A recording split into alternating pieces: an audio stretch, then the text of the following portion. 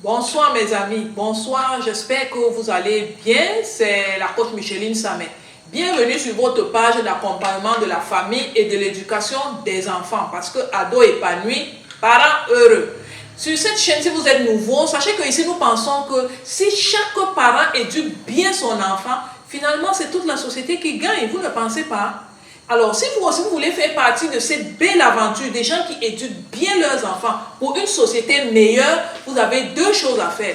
Première chose, abonnez-vous à cette chaîne pour avoir gratuitement plein de trucs, d'astuces, de conseils pour que vos enfants soient bien éduqués et qu'ils vous rendent fiers. Deuxième chose, cliquez sur la cloche pour activer les notifications. Ça vous permet d'être informé en temps réel de toute nouvelle sortie d'une nouvelle vidéo qui a un seul et unique but, vous accompagner pour une meilleure éducation de votre enfant. Aujourd'hui, nous allons parler des parents qui élèvent seuls leurs enfants. Vous en connaissez? Peut-être que vous-même vous élevez seul votre enfant.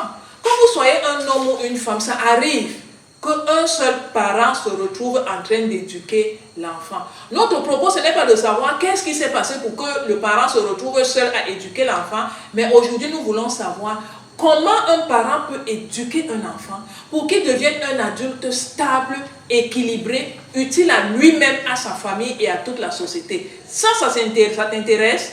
Alors ne bouge pas.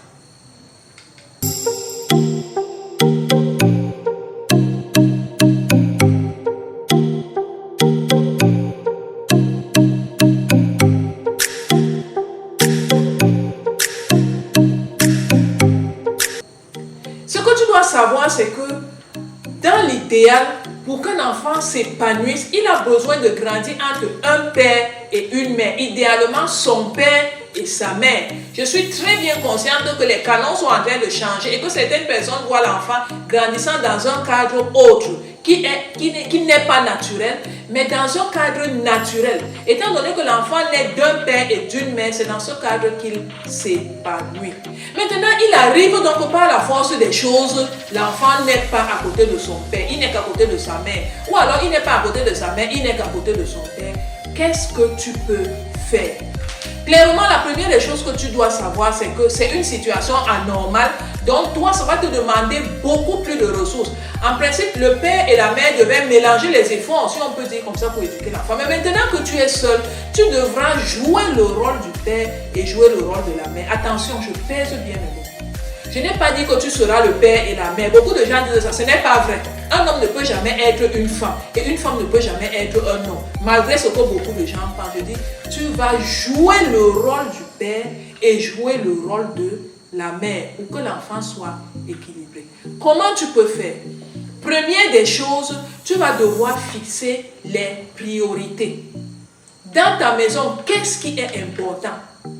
Qu'est-ce qui est important? Qu'est-ce qui est non négociable chez toi? Depuis l'enfance, tu dois commencer à dire, tu dois commencer à montrer, tu dois commencer toi-même à vivre ces choses. Que l'enfant sache que dans cette maison, même si maman est seule ou papa est seul, ici là, ça ne se fait pas comme ça. Tu dois commencer à former ton enfant pour qu'il grandisse dans cette discipline. Il ne faut pas être complaisant. Il ne faut pas avoir pitié de l'enfant que voilà, il n'a déjà pas de père. Si moi encore je me mets à lui interdire les choses, finalement il n'aura aucun plaisir de la vie. Non. Tu as une mission, c'est de structurer cet enfant pour qu'il devienne utile à la société. Rappelle-toi que cet enfant ne t'appartient pas. Contrairement à ce que tu penses, il ne t'appartient pas. Il appartient à la société tout entière. Et pour te rappeler, pour te rassurer de ce que je dis, tords-lui le cou. Tu vas voir comment tu auras la police et l'assistance sociale sur le dos. C'est pour te rappeler que cet enfant appartient à la société. Et tu as un devoir de rendre à la société un bon produit. Première chose, fixer des règles claires. Deuxième chose que tu peux faire, c'est définir les priorités. Tu ne pourras pas tout faire. Donc, qu'est-ce que tu vas faire en priorité, même si le reste des choses, tu ne le fais pas? Exemple. Ici, là, tu feras tout ton possible pour que les enfants soient toujours en bonne santé. Parce que s'ils ne sont pas en santé, ça va te stresser et tu vas porter ce stress seul. Comment faire pour que les enfants soient toujours en santé? Il faut qu'ils soient bien alimentés. Veille à ce qu'ils aient une bonne hygiène, que leurs habits soient toujours propres, qu'ils soient bien coiffés, ainsi de suite. C'est un exemple de priorité. Une autre priorité, que les enfants soient bien éduqués. Parce que si tu les éduques bien, tu ne seras pas toujours derrière eux à rappeler les choses. Eux-mêmes vont se rappeler les choses et puis ils vont continuer. Toi, ça va t'alléger. Ça, c'est l'une des choses que tu peux faire. Une autre chose que tu peux faire, c'est établir des valeurs. Quelles sont les valeurs que tu installes dans ta maison? Exemple, le rendre service. C'est un exemple de valeur. Est-ce que tu as appris à tes enfants dès l'enfance à rendre service? Ce que le parent fait souvent, c'est qu'on prend l'enfant comme un orphelin. Alors, comme il est un orphelin, on pense qu'il est un demi-enfant. Alors, on le soulage de tout. On ne lui laisse pas expérimenter le bonheur qu'on a à donner. Non, apprends-lui à rendre service. Apprends-lui à se déranger pour quelqu'un. Comme toi-même, le parent, tu te déranges aussi pour lui. Rappelle-toi que tu es en train de former l'enfant pour le livrer à la société. Si tu apprends à ton enfant que comme il n'a déjà pas un parent, tu vas résoudre tous ses problèmes. Tu en fais un être égocentrique, centré sur lui-même, qui pense que tout lui est dû. Mon ami, c'est dans quel monde qui va vivre comme ça? Si tu t'amuses, tu vas en faire un enfant roi. Or, les enfants rois n'ont pas de place dans notre société. Il y a un proverbe africain qui dit que si tu élèves ton enfant comme un roi, plus tard il deviendra un esclave. Et si tu l'élèves comme un esclave, plus tard il deviendra un roi. Tu veux que ton enfant devienne quoi? Aujourd'hui, accepte de payer le prix. Quelles sont les valeurs chez toi? Est-ce l'amour? Est-ce la crainte de Dieu? Est-ce le travail bien fait? Est-ce l'intégrité? Est-ce le sens de la famille? Est-ce l'empathie? Il y a tellement de valeurs que tu peux apprendre à ton enfant. Et ça, c'est dès l'enfance.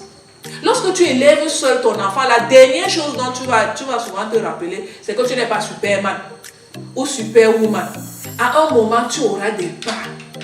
Parce que ce qui est sûr, si tu es une femme, tu vas élever l'enfant n'importe comment. Si c'est le garçon, tu ne pourras pas lui apprendre la masculinité. Ce n'est pas possible. Et si tu es un homme et tu élèves une fille, même si tu lui apprends comment on place les serviettes hygiéniques, tu ne lui apprendras jamais la féminité. Ce n'est pas possible parce que tu ne peux pas donner ce que tu n'as pas. Donc dans tous les cas, l'enfant sera toujours un peu déséquilibré, mais toutes ces astuces que je t'ai données permettront que l'enfant soit le plus équilibré possible. Tu n'es pas Superman. Accepte qu'à certains moments, tu es déprimé, tu es fatigué. N'aie pas honte de demander de l'aide.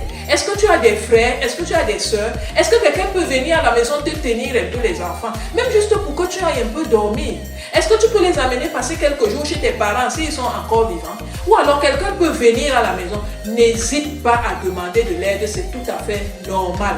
Parce que tu portes la charge physique, la charge financière, la charge émotionnelle, plus tes propres problèmes. C'est tout à fait normal qu'à un moment tu flanches. Donc ne pense pas que la société attend que tu sois tellement forte et que tu fasses un parcours zéro faute. Ce n'est pas possible.